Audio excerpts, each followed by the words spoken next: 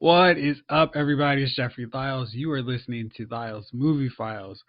We are here. We have survived the massive endurance challenge. No, I'm not talking about COVID-19. I am talking about WrestleMania. Joining me to talk about this two-night extravaganza spectacle that was way too big and too massive for one night, so it became two gargantuan events is my man Jovon King. What's up with you, Jay? Oh, Mr. Lyles, I'm cooling, man, as always. Well, for one, let's start this. Everybody stay home as best you can. Essentials, beating that into the ground. But, we're facing something much bigger than us. So everybody do your part.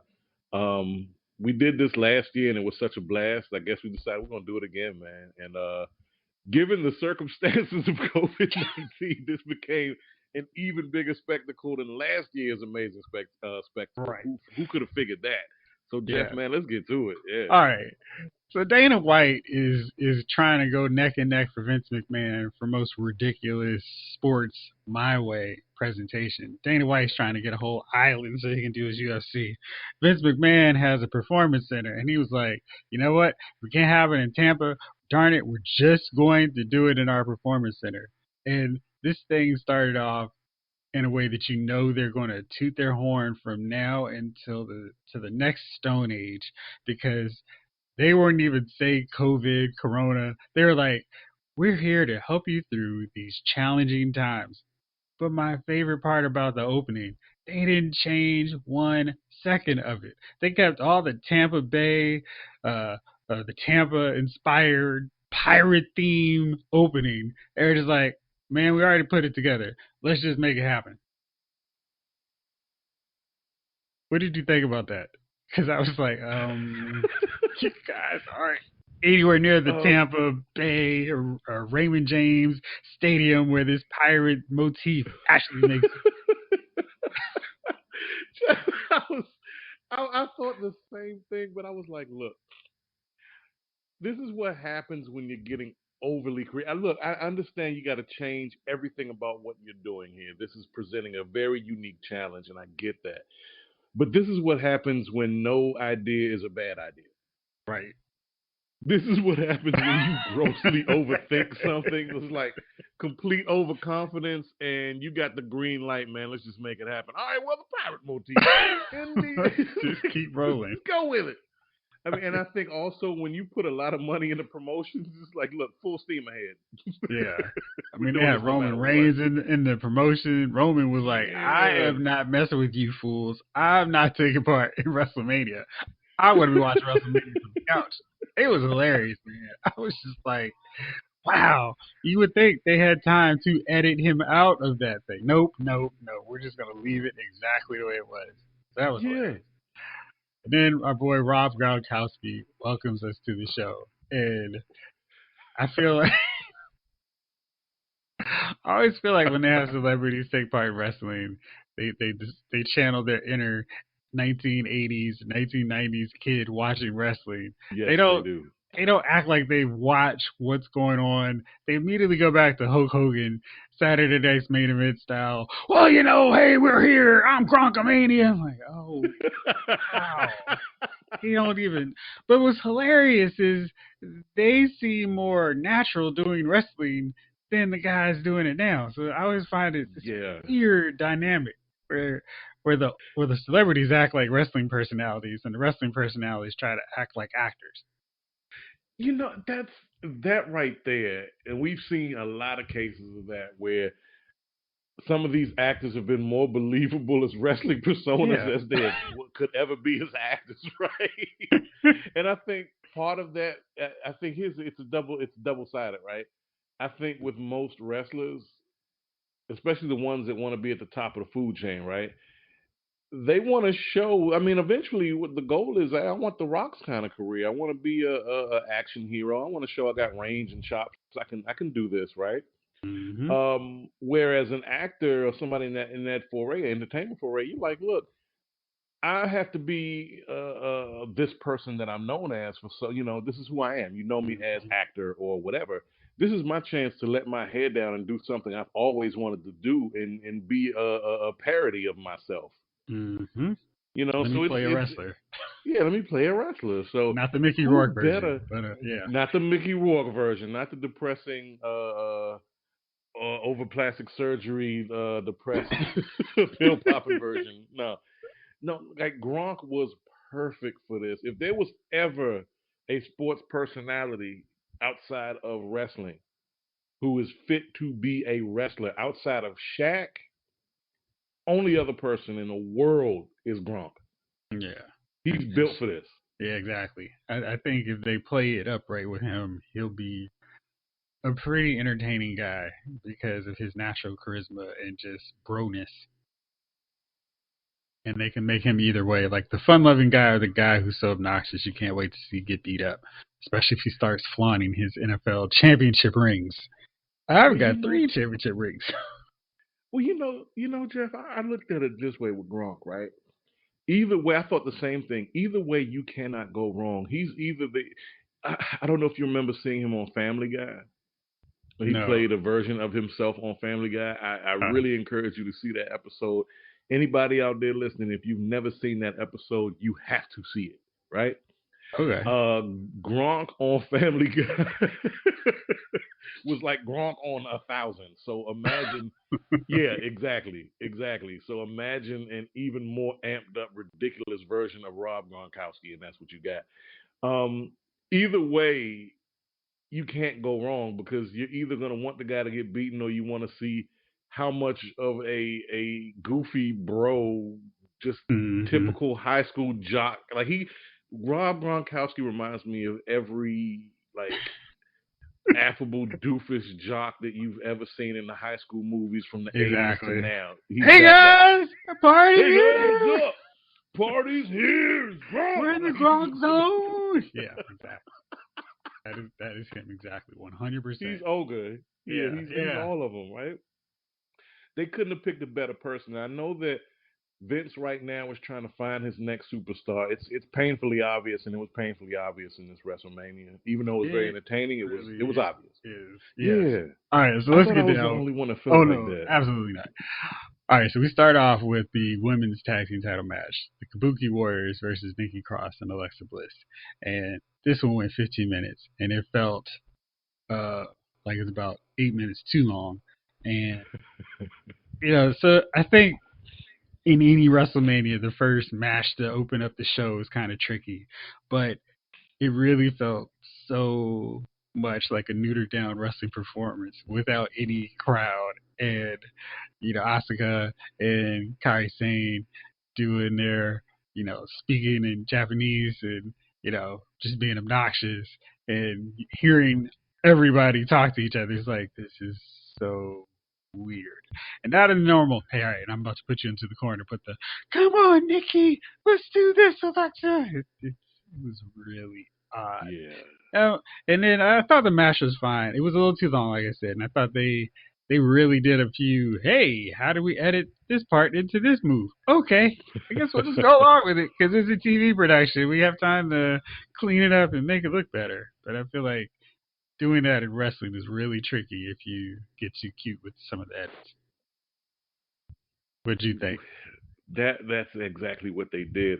I mean, this is one of those matches where, and there were several, where having the crowd takes away from a certain lack of quality Mm-hmm. and entertainment value. Because when a crowd is into it, it's like, look, if you're watching boxing, wrestling, whatever it is, you're gonna have undercards. That's what these matches serve as. These are the Mm-hmm. appetizers before the main course. And sometimes what you need is the ambiance and atmosphere to sell an appetizer, especially if it's not as good as, Yeah. you know what I mean? Excuse me. You need that. And this is one of those matches that suffered from not having a crowd. It suffered from not having the hoopla, and everything. Sometimes when I'm watching WrestleMania, um, if the match isn't particularly exciting, Yeah. what The I crowd focused takes it on, to that the extra level. crowd takes Mm-hmm. exactly, and that's what was missing. That's going to be a key theme for each one of these, that we Oh review. yeah. It's yeah. and, Yeah, and, where's and the it's crowd? unfortunate. Yeah, Uh, yeah. it's one of those interesting deals where I feel like, if they had just done like super old school 80s and inserted crowd noise, That could have helped. yeah, I don't know. But it was That just could. weird. It's funny because sadly that would have helped, but then sadly everybody would have torn that to shreds. They would have, but I would have been entertained because I'm always on my old school 80s kick watching 80s wrestling right now. I'm on Of course. 1986, so I'm like, yeah, I would have gone for it. All right, so next up we have Elias versus King Corbin, and this is another one where they showed us what happened where King Corbin knocked Elias off of this mini tower, and they cut away and show him on the ground, and I'm like, man, this is some seventh grade editing work here. Oh no, we don't actually see him hit the ground. We just see the results with him on the ground. I'm like, come on, WWE, I expect better. This match was 9 minutes. I don't understand why. This is where they go. WrestleMania is too big for one night. I'm like, no, it could have been one No, night. no, actually it's not. Actually, it's not. You decided to puff it up with a lot of stuff that could have been saved for Raw. I mean, it's not like they're gonna be lacking for space to fill over the next few weeks. It's Florida's now on the shutdown. You can't come to the Performance Center to record your little TV show, Vince McMahon. This is definitely something they could have kept in the April 20th bin for a later date. Yeah. Yeah. I All right. mean, So this was one of those over ambitious. To me, it was over ambitious, and it was filler. yeah, but we don't need It was just filler. filler. We don't need filler. Why It's do like, we have look, filler? the smartest thing they could have done, and I'm complaining, but I'm not because hey, this was very ambitious, and this was one of the few live sporting events or semi-live sporting events that Yeah. we've Right. had since the shutdown. So I'm Yeah. in no way complaining. And again, thank you for everybody who participated in this because as much as we can complain a bellyache, they put themselves out there to perform and put on a show for the fans of wrestling, and that's amazing in and of itself, especially right now. Mm-hmm. Um, but this was one of those. It's like you get a crab cake with it's not much crab meat. It's like a lot to be desired. This was a filler match. It's like, Yeah, where this was a is lot the of breading. crab? Yeah, this was a lot of It's too much breading. breading. It could have been better, but you know what? Yeah, Yeah. I hate to complain for the sake of complaining, but this was one of those matches that even at what 10 minutes or so, 10 minutes. 10 minutes. Yeah, it was 10 minutes too long. This was Yeah. one of those matches that if it were a house show, it would have been like 6 minutes Yeah, at best. it'd have At been best. fine as a house show, but I felt like in WrestleMania, this is why nobody can remember what happens from one WrestleMania to the next because they have a match like this that just feels like they threw it together and hoping for the best. Yes, yes. I mean, when you have an ambitious show like this and you're trying to put a lot together, you're throwing spaghetti against the wall, right? Sorry for the food analogies, everybody, but Yeah, I'm getting hungry. yeah, right. It's lunchtime. That's why. Crab Um, cake, spaghetti. crab cake, Let's spaghetti, talk about pancakes in here somewhere. appetizers. Yeah, I have an IHOP analogy at some point. IHOP Denny's analogy at some point. But yeah, this was one of those things where I think with the book they were really trying to put together a big show because for what it's worth, there's a lot going on in the WWE. They have for the first time in years a challenger, Mhm. right? So you got to up the ante. Right now AEW doesn't have a WrestleMania type event, and could be I don't know, Jeff. What do you say? A year or two from having an event Man, like I that, where think every I think AEW is just needing to decide which of their big events they want to make their WrestleMania. Because there yeah, is a huge difference between the tape shows, quarantine versions of WWE versus the quarantine versions of AEW. AEW feels like everybody's having fun. They're just like, hey, we're out here, we're trying to make the best of a bad situation. Um, and people who want to be here are here, and we understand anybody that doesn't want to be here. We know what's going on in the world. We're not going to be in our little bubble. Hey, we're just providing entertainment for the fans. It feels like right, there's a robotic presentation to WWE, while AEW feels a lot more organic. yeah. And especially right now, where it's like, gosh, the differences between the two are startling. Well, that's the thing with WWE. You are the machine now, Yeah, and you've been they the feel like a machine for a machine. long time. Yeah, and you feel like the machine, where you got something young, fresh, and still figuring itself out. That's the beauty of wrestling to me. When it's too polished, it's not fun. Yeah, and When that's it's too WWE. polished, it's yeah, and that's WWE. Mhm. Sometimes it's just not fun. And this big change from the Attitude Era to what we have today has been too polished. It can get very sterile. Like for me, I remember the last big gimmick that I liked in WWE's was CM Punk because he was a breath of fresh air because he could talk, like he could sell, Mhm. right? Yeah. And Husky Harris when he became Bray Wyatt, who's now on his new gimmick, which I like. Even I like his new gimmicks not as much as I did with the Bray Wyatt fam and all of that, but I really like that he's creative. Mhm. I am hoping beyond hope that at some point his contract runs out and he goes over to the other side because I don't. Yeah, Yeah, I'm hoping they could do a lot with him. they could do a lot with him and give him freedom to be what he wants to be, do what he wants to do, man. Because this is a creative dude. He's taking risks, and his risks pay off. I Yeah, like all it. right. We're gonna I like talk it a about lot. Bray in Okay. what, another hour and a half as we break down the show, but we'll get to him. All right. So next up was a women's title match: Shayna Baszler versus Becky Lynch. Becky comes in a big rig, and she's like, "I'm the man," and I like Becky. And this was a year removed from last year when she was main eventing the show, so it just felt really weird, and it felt more like, yeah, we only care about our women's division when Ronda Rousey's here, and that's when it's good enough to be the main event. We'll hold our own women's show. When she's gone, everything's back to normal, and I find that odd because, odd and disrespectful if everybody else is there. And Ronda was, she was good enough, but I never really bought her as this big selling point. Clearly she was, because Becky is the third match on this show. This one was fine. They've always presented Shayna as this kind of mauler killer, and now she's even doing the Tyson route and taking a little bite out of Becky, and trying to do whatever it takes to win.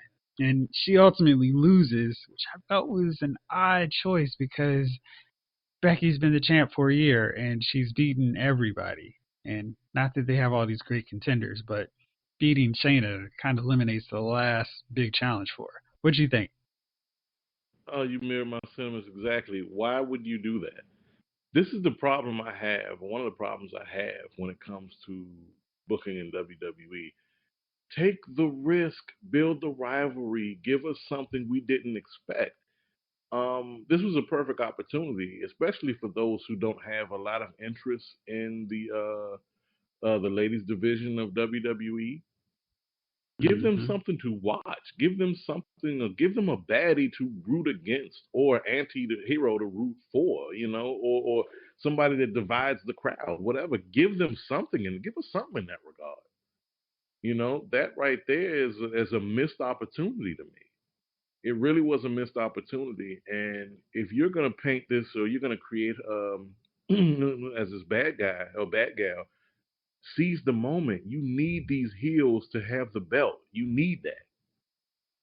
It's not always sunshine and rainbows. You need to have the bad guy come out on top sometimes so that you can build their rivalry even further and gain more interest in what's happening in the division and amongst these wrestlers. Don't just it's really stale when expect the outcome and you know that's going to happen, and that's exactly what happened. You need the right bad guy to retain, or the You do. right bad guy to win, and the right good guy to win. And Yeah. I don't know if, as the show plays out, that always happens. All right. So we have the Intercontinental title match. Sami Zayn takes on Daniel Bryan.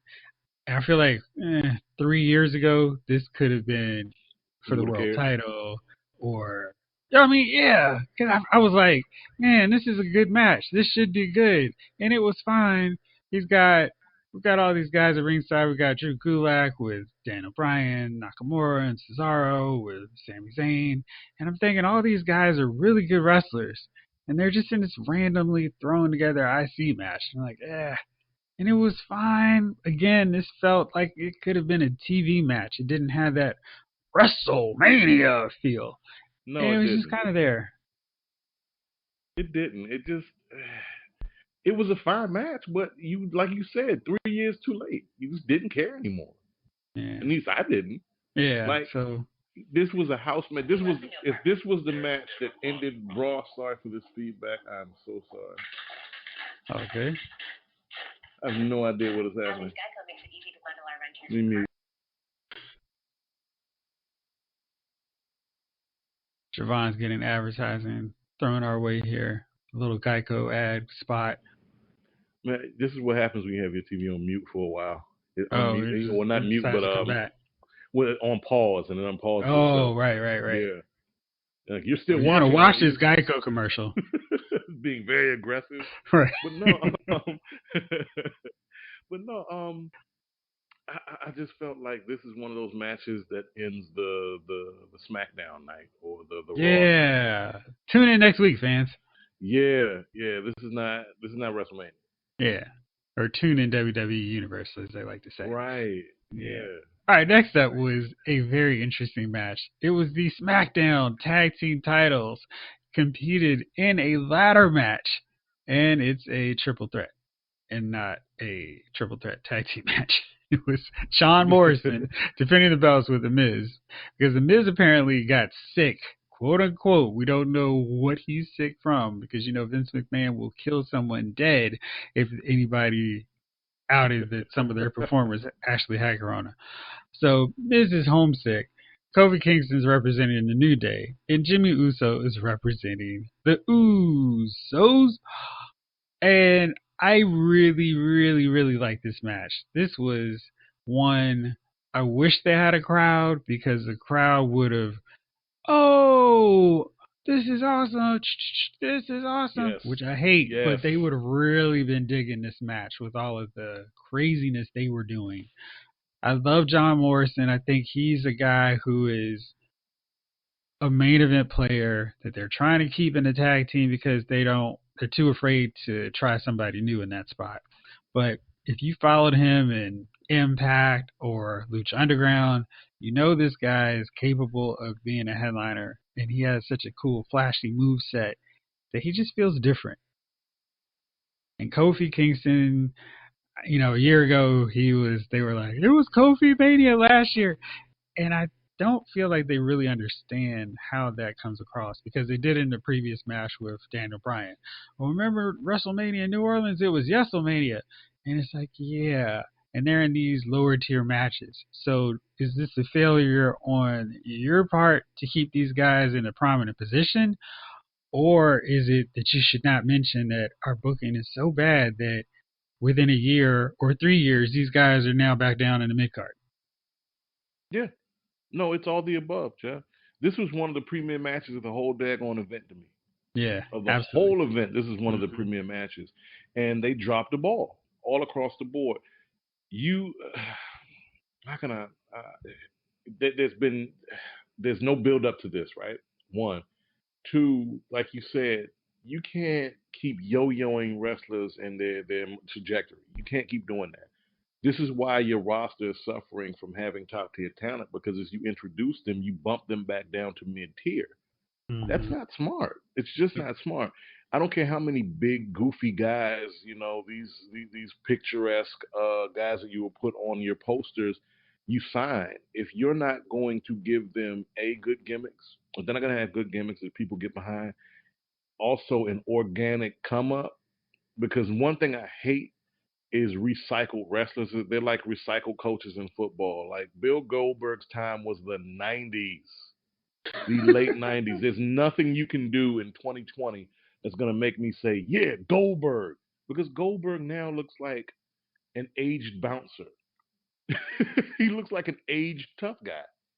It's like, yeah, I know he can still kick ass, but at the same time, I'm not fearing this Goldberg versus Goldberg that needed a police escort to the ring because I thought he might have bit the head off of some guy wearing a Legion of Doom T-shirt that said something he didn't like on his ring walk. That's a different Goldberg.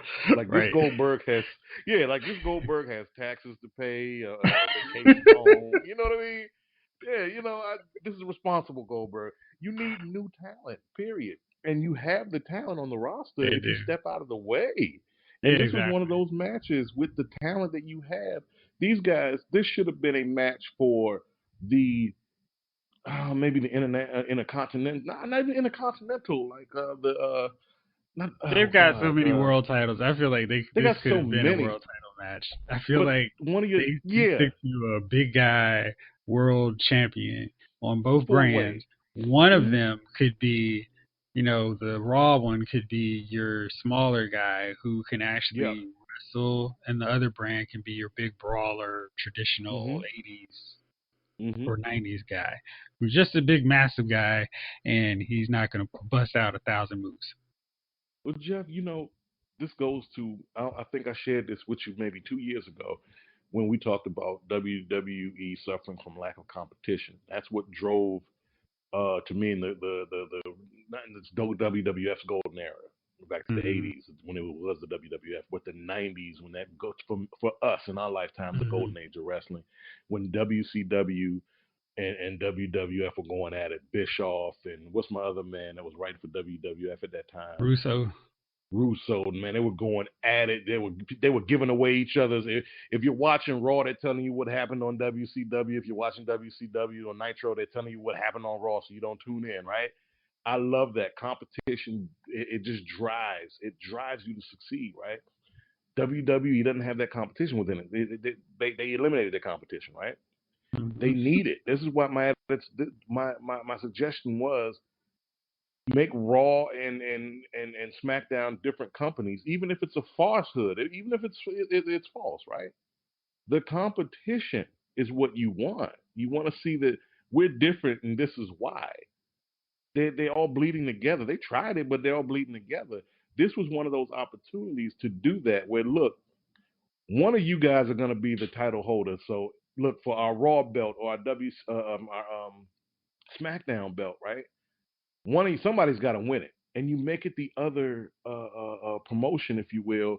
You make that guy hold the belt, so now our belt is held hostage by those guys, right? Play it up, play They it could have up. Give us done something, something. but I felt Yeah, that they didn't have a whole lot of tag team matches for one, and it was weird to have the tag titles defended in a single match. in a But I single really match. like this That's match. not This is it. one of my favorites. Kevin Owens took on Seth Rollins in a super grudge match. This was another good match. So we had consecutive good matches. It really helped that Owens and Rollins talked complete trash to each other throughout the match, um, because they were able, I think, probably maybe the most successful of all of these matches to overcome the lack of a crowd. And it felt like you didn't necessarily need the crowd in this. It was like they were doing enough stuff that it was like, all right, this in this particular environment can work. Yeah. And they did kind of like a fake me out DQ, and then Owens was like, "No, get back here, you punk!" And then Rollins comes back in, and then somehow it becomes a no DQ, even though he just said he wanted to restart the match. Which I'm like, I don't know how the announcers took that jump, but they did. It was no DQ, and then it went nice and crazy, and then Kevin Owens jumped off the huge, massive, quote unquote, WrestleMania stage Mm-hmm. and got his win. And it was alright, but I wish they didn't have that switch at the finish. They could have just made it no DQ to start, and Mm-hmm. it'd been fine. You know what I like most about this match?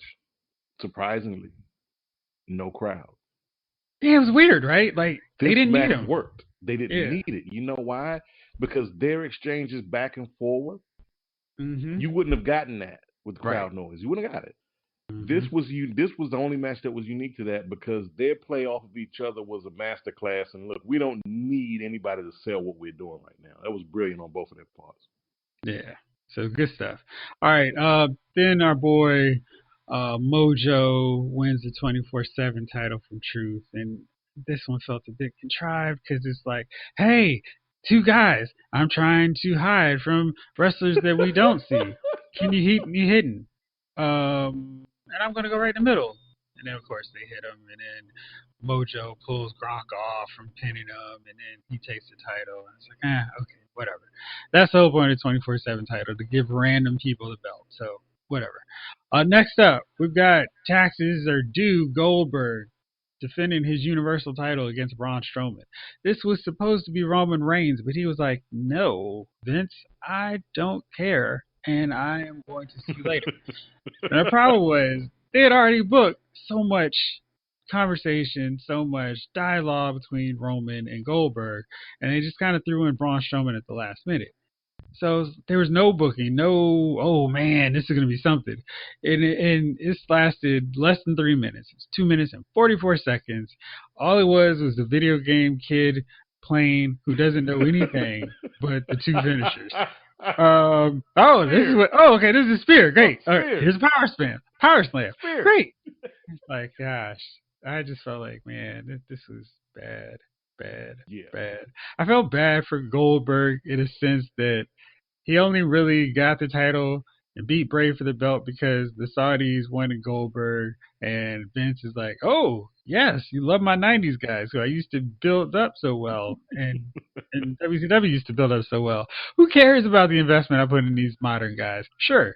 And then he just goes out there and he's supposed to take the L to Roman, and Roman's getting his 30th WrestleMania moment, WrestleMania title win. I mean, even Roman's like, "I'm good, thanks." And Braun is just here. It felt like that Lex Luger deal in '91 where he finally beat Barry Windham for the belt, and it's like nobody cares because it's like, that time has passed. That time passed. That ship sailed. Yeah, dude. I mean, this is a guy. What was it? WrestleMania. Yeah, no, this ship is not sailing because there's no ships except for the one on stage. But this is the same guy who was winning tag titles with a 12-year-old kid in WrestleMania. I can't take him seriously. I don't care how many power slams he does on a 66-year-old Goldberg. Yeah. Don't care. Do not care. But let's now get to the Boneyard match. And I don't really have a ton of stuff to say outside of this was amazing. Undertaker took on AJ Styles. They actually recorded it like a Grindhouse movie. Yes. And they managed to escape all of Undertaker's physical limitations by having AJ Styles and the OC just get beat up for like 20 minutes in this rustic cemetery. It was amazing. And AJ Styles was so much fun. Undertaker is like, they could do many movies with him as this old Western guy rolling into town on his motorcycle, beating up people, and then rolling back out. And then, of course, burning the place with his magic flames. Dude, after burying his people. This wasn't so much a wrestling match as it was you remember the vignettes they used to do during wrestling. Of course, you remember these like mini episodes during the course of a show that they would do that were wildly entertaining. Did you ever see the final deletion from the Hardy Boys? Yes. All right, so this was the WWE's version of that, and they ripped it off very well. They ripped it off very well, and not only that, if they did one or two of these a month with the Taker, I wouldn't be upset about that, and I'm sure people would. Right. Like, this is the best use of Undertaker in, like, 15 years. Where it's like, oh, okay. Look, we know he's got the physical limitations, and that's fine. That presence alone still means, look, Taker at 55 now, gotta be 55. Maybe older. Maybe older. Taker now at this age is still the most intimidating presence you have. Still, which is amazing. There's been no one to come along and even come close to having that. Oh my God! You nailed that exactly. He is 55 years old. 55, yeah. He's still the most dominating, intimidating presence they have in the promotion, dude. That's a mark. That's no pun intended there. That's the mark of what he's left behind. That legacy, man. That character is gonna be. That's going to outlive anybody wrestling today. I will guarantee that. You will remember Taker before you remember anybody on this current roster. Guaranteed. Mm-hmm. Right? Yeah. That says a lot. And the fact that they played this so smart, it was everything you appreciated. To me, it was everything I appreciated about old school house shows, old school wrestling shows, is the creativity, the campiness, the all of it, man. It was just a little bit of cheese, a little bit of terror, a little bit of camp. It was so wildly entertaining. Everything worked. Everything worked about it. You didn't need any. And you know what I would have loved for this one? The crowd reaction for them watching this happen, That because would that have would have been to hear kind of those. interesting. It Yeah. would have been to I hear don't know if those they random. needed it, but it would have been kind of No, they interesting. didn't. They didn't. But it's always interesting. Like those make to hear the crowd react to certain things. Like you hear that, especially if it's a video, right? They're Mhm. watching it in the arena, and you hear the when something happens, that crowd reaction, dude, Yeah. that sends chills up. You get chills when you hear that. You get chills when you hear it, man. So this was definitely well played. Whoever wrote this, man, whoever did this, well played, very well played. Yes. All right. So, gosh, let's take a quick sip of drink here because now it's on to night 2 of WrestleMania. Dude, I don't know about you, but I thought it was ridiculous. They played the same 10-minute opener to kick off the show. I was Yes. really expecting something different. They're like, nope, just run it again. And I'm like, yeah. You know what? I think they. But hey, look, this is what we did. This is our budget. That was how it felt. This is what we That's our put out. story. Deal with it. I'm like, okay, all right. I guess y'all are just good on doing something different. Okay, no problem. Like, okay, guys, all right. Yeah, thanks. Thanks for all that hard work and effort. Appreciate y'all. All right, so then we kick this bad boy off with Rhea Ripley, the NXT Women's Champion, against Charlotte. And I feel like this was the match that infuriated me the absolute most because Rhea Ripley's been on a tear in NXT. If you've watched that for the last 8 Yep. months, she's just been dominant, rolling through everybody. They positioned her to be a big star. She had a breakout moment in Survivor Series, and she's just really been a star in NXT. And then they have her go against Charlotte, who I feel like wins way too often in their attempts to build a new star. And she wins this time. And I knew she was going to win when Rhea hit her finisher really early in the match and only got 2. And I was like, oh, this is a bad idea. And they're going to have Charlotte win. And, Ugh. the rumor was that when Charlotte won the Royal Rumble, they felt that they owed her that Royal Rumble win because she had to share the spotlight in that Ronda Rousey match with Becky Lynch, which I think is absurd because they were talking about, oh yeah, Charlotte's one of the most decorated WrestleMania performers of all time, and I'm like, Wah, I wah. feel like if you watch the NFL and they spout off about how great Tom Brady is, it's like, yeah, okay. And I can go, well, that's because 2 teams didn't play defense and Pete Carroll's a moron. That's why he's got 6 rings. I can say that statement. But with Charlotte, and they go, look, she's so amazing. It's like, everybody knows that you wrote Charlotte to win these matches. It's not Yes. some impressive feat. It's Vince McMahon likes that she's blonde and has boobs, and And her that's wrestling's all that trash. matters. Yeah. Yeah, exactly. But, Yeah. I mean, Charlotte can wrestle. She does her thing well. It's just, they try to present her as this game changing She's phenom. female Hulk Hogan. She's female Hulk Hogan right now. They're gonna build Charlotte up. She's got the face, she's got the name, right? She's got the look. If they were smart and Vince got out of the way, this is the opportunity. No, seriously. No, he Yeah, said if right? Vince was smart If Vince was smart and got out of the way, which that's never gonna happen. If until death. he until death, who knows? Vince may have the secret to cryogenics and may freeze his body and keep his He brain may alive have a and keep VR interfering. chamber. Right. The Triple H, lawnmower man this is himself. Vince McMahon from beyond. This is how I John, want WrestleMania 39 to go. this is what I want to see. Elliot. Yeah, Yeah, not a I, fan. this is where you get out of your own way. We know Charlotte Flair is going to be around for a while, right? We know this. She's going to have lots of opportunities to win the title again. What you got to do now is give her a rival. She needs a macho man. She needs a taker, a warrior. She needs somebody who is anti what she is. Rhea's the perfect. Rhea is also to me a better performer, but we're not going to say that right now. This was the opportunity to do that. And not for nothing, I wouldn't have opened with this. This would have been in the middle of the show, possibly the second to last, the closing match, Yeah, because well, this was a they long based off match. the This result. was a Yes, long 20 match. minutes. Yeah, Yeah.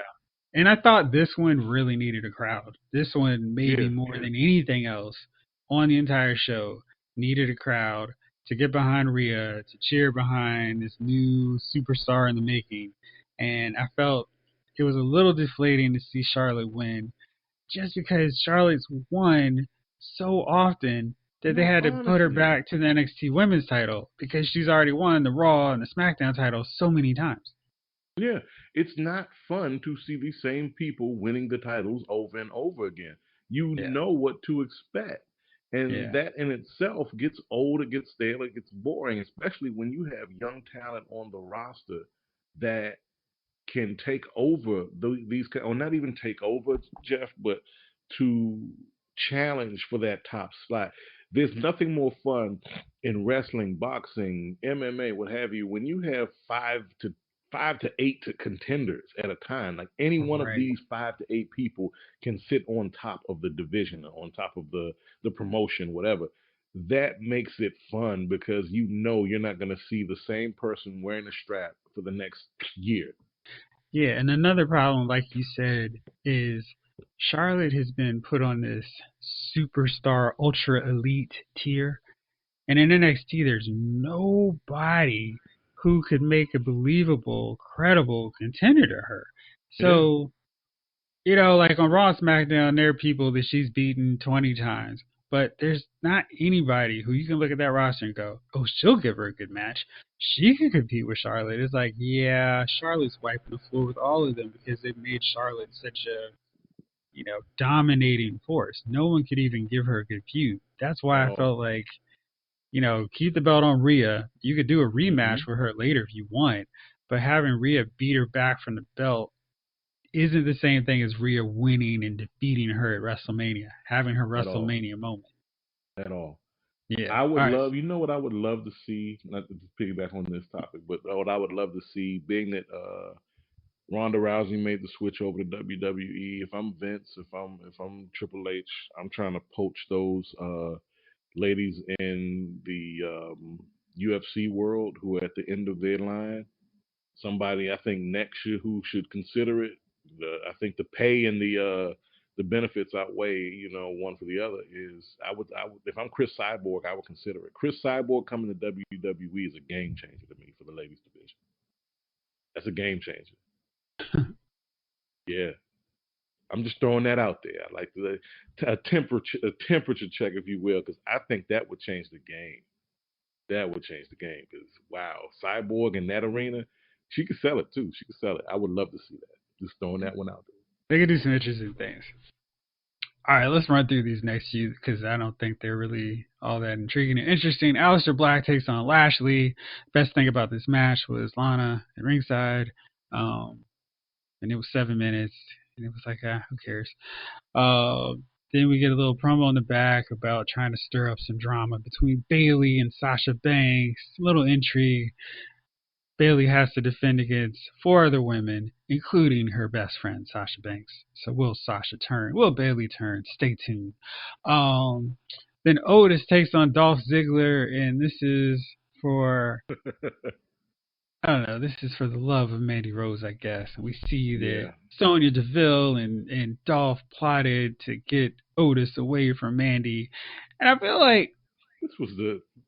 I'm sorry. it's one of those deals where it's like in 1980 wrestling, Oh, you could dude, you could do this. you 2020 read my wrestling, mind, dude. there's just, I mean, you got to have some semblance of realism. I Realism, can't dude. even buy any I was, woman that looks like Mandy Rose going for a dude like Otis, whose shirt is too small. dude, I was expecting Miss Elizabeth to come out. And so, I was expecting like a hologram of Miss Elizabeth because it's like, come on, dude, this is right out of the 1987 playbook.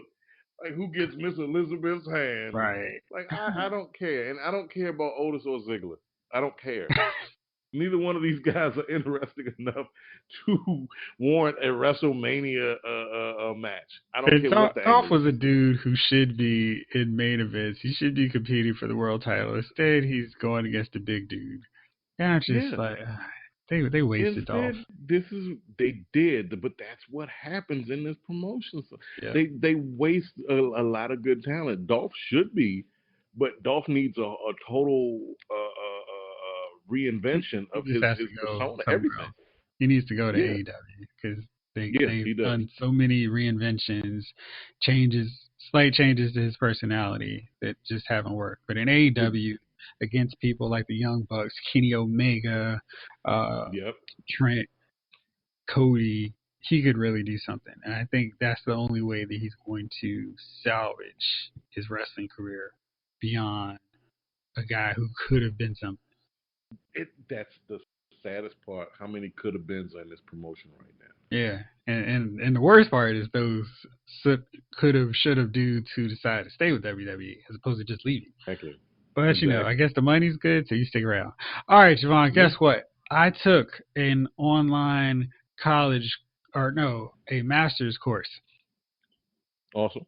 Yeah, and I started it right before the Edge versus Randy Orton Last Man Standing match began. By the time it was over, I had gotten my diploma.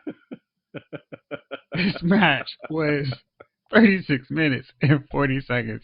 I felt like I was sweating just as much as Edge and Randy Orton by the time it was over.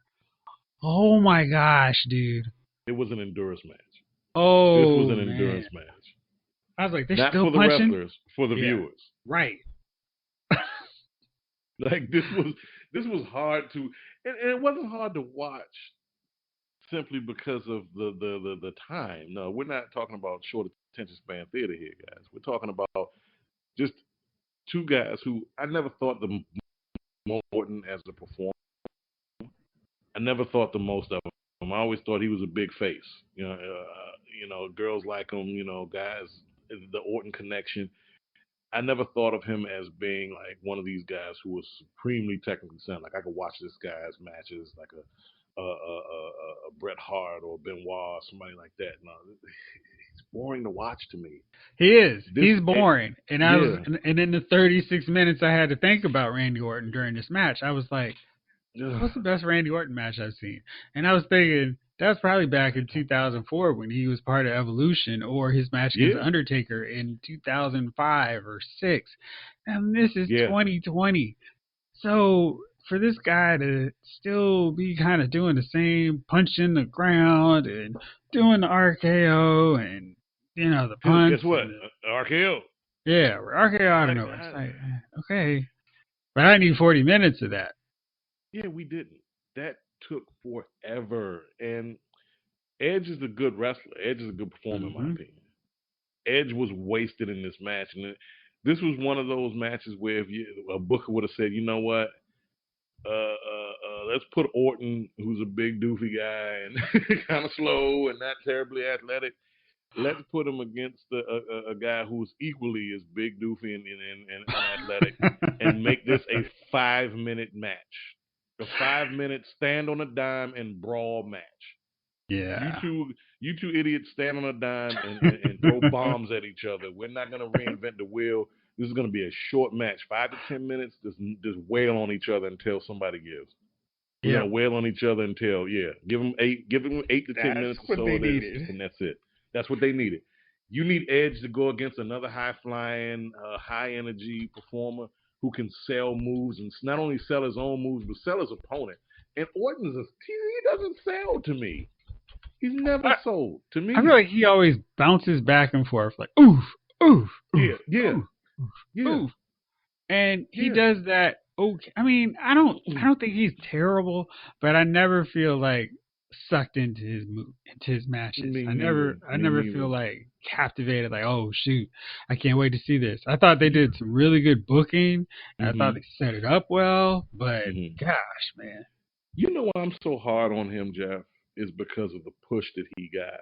Yeah, dude, he And had a super push. he Hey, had a super super push. super push. Like as soon as he Yep. came there and as soon as he came back, and it was like, okay, And you and every didn't care time, after about 6. Yeah. And after about yeah. 8 weeks of that, you didn't care anymore. I feel You like just 8 didn't weeks care. is long. Yeah, yeah, but he would go on these streaks where, hey, I'm mowing down everybody, and here I am. I'm gonna get the title, at least a shot at it, and I'm gonna disappear for the next, I don't know, 6 to 8 months. Yeah. Yeah, I you just stopped caring about Orton and whatever whatever the case was with him. I I just thought this was an endurance match that should not have been. They Yeah, should have booked this differently. I feel like maybe they could have edited this pre-recorded match down. Yeah, no, seriously, seriously. And you know what's sad? Nothing would have helped this match. Not a crowd, Nah. nothing, nothing, Maybe a nothing would crowd, have helped. but definitely better announcers because the announcers were trash. I Yeah, mean, yeah. like, oh look, oh there he goes, Oh, he's taking here he him. goes. Yeah, He's getting hit. He's yeah, getting hit. Like, yeah, yeah. yes, we know. Stop it, stop. To imitate Chester Cheetah, yes, we know. Yeah, it's just not good. All right, so then we have our 24/7 fracas, and Gronk jumps off the perch. He wins the title, and Gronk is a new WWE champ. So that's fine. Then we get the Raw Yeah, tag. that happened. Yeah, this is something that happened. We get the Raw tag team title match. The Street Profits defend against Angel Garza and Austin Theory. This was kind of weird because we had yet another switch. Andrade was supposed to team with Garza. They had been built up as a team, and then Theory had to kind of be a last minute replacement. Andrade may be sick. I love this how people are just gone and for a moment it's like, well, stay tuned. This is 6 minutes and 30 seconds of people yelling, "This is WrestleMania!" And I was so tired of it. And I love the Street Profits, but gosh, I was like, all right, just this in this match. Bianca Belair shows up at the end, which is interesting because I feel like just as NXT needs somebody to fight the Reign of Terror that's going to be Charlotte's reign, Bianca moves up to Raw. So it's like, no, guys. Yeah, this is something we're gonna be seeing for the next, I don't know, 2 weeks or 2 months or so. Yeah. This ain't going away, by the way. This is not going away easy. Oh, no. Then we go on to another women's title match. This time it's Bayley defending against Sasha Banks, Tamina, Lacey Evans, and Naomi in an elimination match. I always greatly prefer elimination matches over the triple threat format because everyone else besides the winner has to lose. And I feel like that's the way they have to do it. This was 19 minutes, however. A little bit too long for any match featuring Tamina. Uh, I feel like they try they try to reinvent her like she is this massive beast. And I'm like, she can't wrestle all that well. She doesn't do the wrestling thing very good. I said that intentionally. She's just kind of not good at the whole wrestling. She's ungood. And I know she tries really hard, but I always feel like, yeah, it's not here. And then they kind of do a little tease where Bayley accidentally hits Sasha. Sasha gets upset, and then Bayley saves her from getting hit, but then she gets knocked out from Lacey anyway.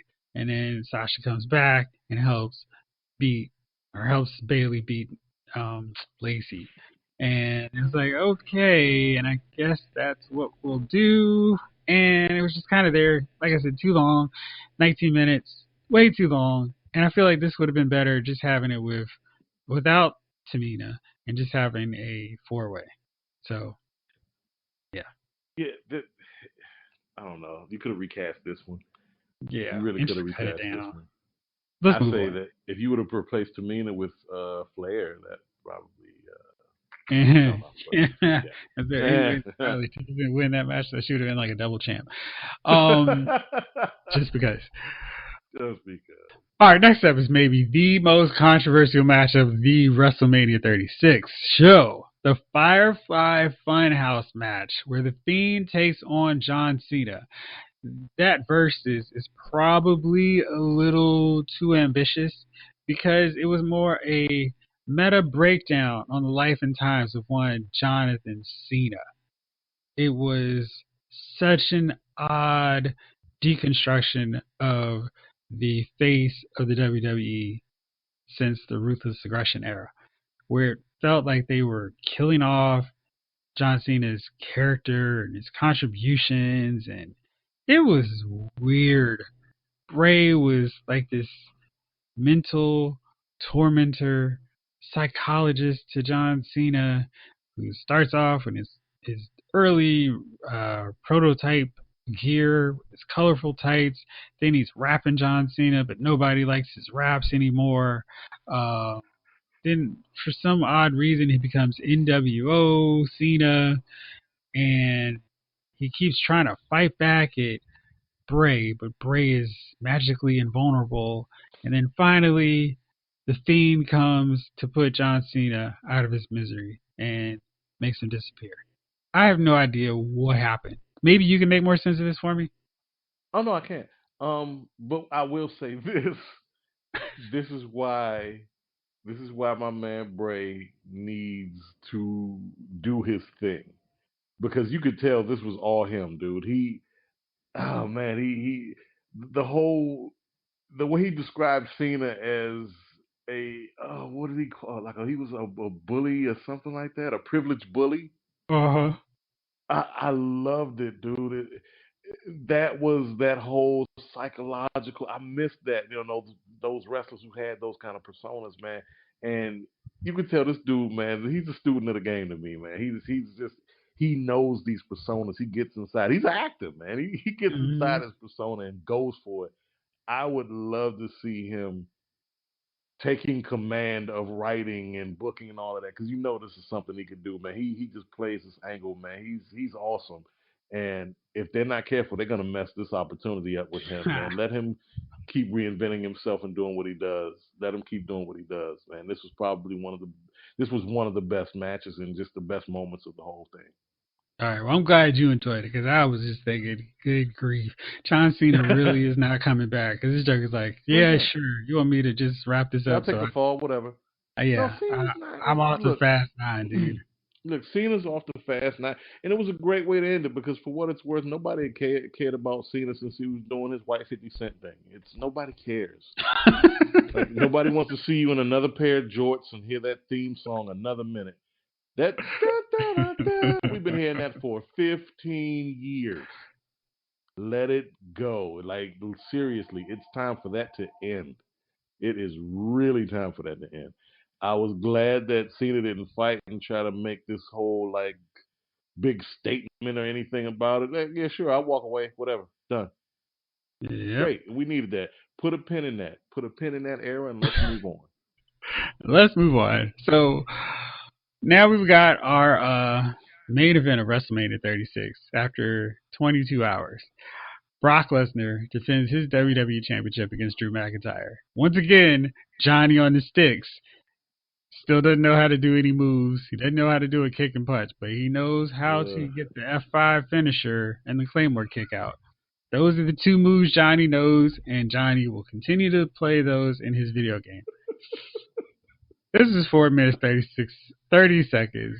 Brock just hit three F5s, and like with each one, he was getting a different like pin count. So like the first one got a 1, the second one got a 2 count, and it's like okay, the third's gonna get 3. No, it's just 2. And then Paul Heyman on the outside is like, just keep hitting with your finisher. That's what Little Johnny's pressing. Just keep doing it. And then Drew decided, I'm going to stop doing that. And now Johnny decides he's going to take control of Drew. And he hits a Claymore, hits his Claymore, and then hits a Claymore, and then gets the win. And Drew becomes the new champion in 4 minutes and 30 seconds, having his quote unquote big WrestleMania moment. He's a new WWE champion until Vince decides, I need to have some more excitement, and I'm going to put Brock back as champ again. So a sack of potatoes has to wear the strap until they come up with something better. Dude, I mean, Drew McIntyre is a good guy to be the champ. I just have seen this movie too many times with Brock where Vince gets tired. I'll just put the belt back on Brock, and Yeah, then Brock will get somebody else over at WrestleMania. I mean, he has lost yeah. to Roman, Seth Rollins, Daniel. I mean, I feel like he is constantly taking losses at WrestleMania, only for the next WrestleMania to come around for him to have the belts again. And It's it's just all set up. It's yeah. all set up. And it's sad that McIntyre is going to be a sack of potatoes until, right? Hmm. Um, with Brock, like I'm so tired of them trotting Brock out there. And when Paul Heyman has to get involved, that's when you know it's bad. Right. When like Paul Heyman is now your manager because you're so terrible on the mic, like you're so terrible that they got to trot out Paul Heyman to do his best. And look, Paul has been the obnoxious manager, the obnoxious personality in wrestling for what 30 years now, for at He's least 30 years now. been he's been that guy for a minute. And he's been doing this thing with Brock since, gosh, WrestleMania 28 Yeah, now, which is a long time. But it's like nothing yeah. new is going on with these guys, and it's just kind of like, there's nothing. He- They're not doing anything different with Brock, and it just oh feels like yeah, the same old, and it's just annoying at this point. I'm just like, please make it stop, please, please, it's please. it's not interesting anymore. It's Yeah. you don't care as much as you did or at all anymore. Like I find myself not caring. If I see Brock Lesnar, I'm already tuned out because I already know where this is going. It's like, Hmm. look, he's the big baddie. He's gonna come out there and do the same things ad nauseum. Now he's just got Paul Heyman in tow. Yeah. Now he's just Yeah. got Paul Heyman in tow. I don't care. It's You got a tiring. roster full of guys, man. It's the same schlock. It's tiring. I want Yeah. to see somebody else. F5, F5. Exactly. All right. This was lazy, could care less Brock Lesnar. And And like, is you it know just what? me?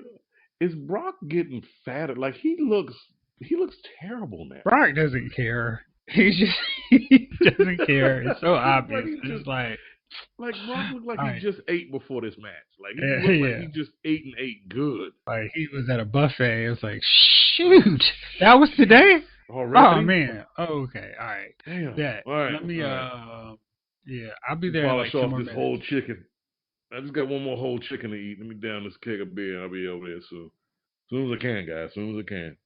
Yeah, whatever. There were so many other good. There were at least three other matches that could have been the headliner. This was you could have tossed this in the middle of the program on night one, and we would have felt the same way about it. This did not deserve to be the headlining act. Yeah, Seriously. dude. I feel like nothing happened. Nothing happened um on night two that was worth it to me. Like they could have ended the entire show with one night, and I'd have been fine. Like I wouldn't have cared less Yeah, about trim anything the else. fat. Trim So the yeah. fat. Like Jeff, they really could have trimmed the fat. That's the thing about it. It's like to the IHOP analogy I told you. Thanks. I If you go, appreciate it. here it is. All You right. go to IHOP Uh, and you don't go to IHOP to eat off the dinner menu. no, You don't go no, to you IHOP to eat off the absolutely lunch don't. menu. You don't look at the burgers. Don't look at the I don't steak. You care. guys sell steak? Oh, weird. Oh wow, Yeah. lobster! You got a surf and turf? Yeah, all right. Give me some pancakes. Give me a stack of pancakes. Yeah. From the International House of Pancakes, I will take pancakes, please. Thank you. Please All the and thank you. time. Yeah. All the time. So I mean, it was a missed opportunity in a lot of ways. I commend them for what they did. They got it right a few times, and I'm not gonna say they got it wrong a lot, but they got some things wrong. It's typical WWE, but overall, it wasn't a total waste of time. What they could have did is we could have got the condensed soup version. We could have scaled this back. It was very ambitious and it was appreciated, but in the effort to save time and also in the effort to have a tighter package, you could have condensed this a lot. It's like when you got 28 tracks on an album. I'm gonna guarantee you, 18 of them are gonna be trash. That's kind of what we got here. 18 of these tracks was duty. Like we could have scaled back a lot. Guest appearances for the sake of guest appearances. Just give us the meat, man. That's all we needed. And they had meat there. It was a shame that it got supplemented with a lot of filler. A lot of filler made its way into this crab cake. God, I'm Yeah, dude. hungry. Yeah, I don't think you've done a masterful job. So would you watch the show again? If they were to do the If you were if they unable to censor through and had to watch the show in its entirety, would you watch it God no. God no. Because I would start watching it today and be done Wednesday morning. Like, again? what I would do to make this complete, to make this this would have been the best WrestleMania ever won. A crowd, of course, right?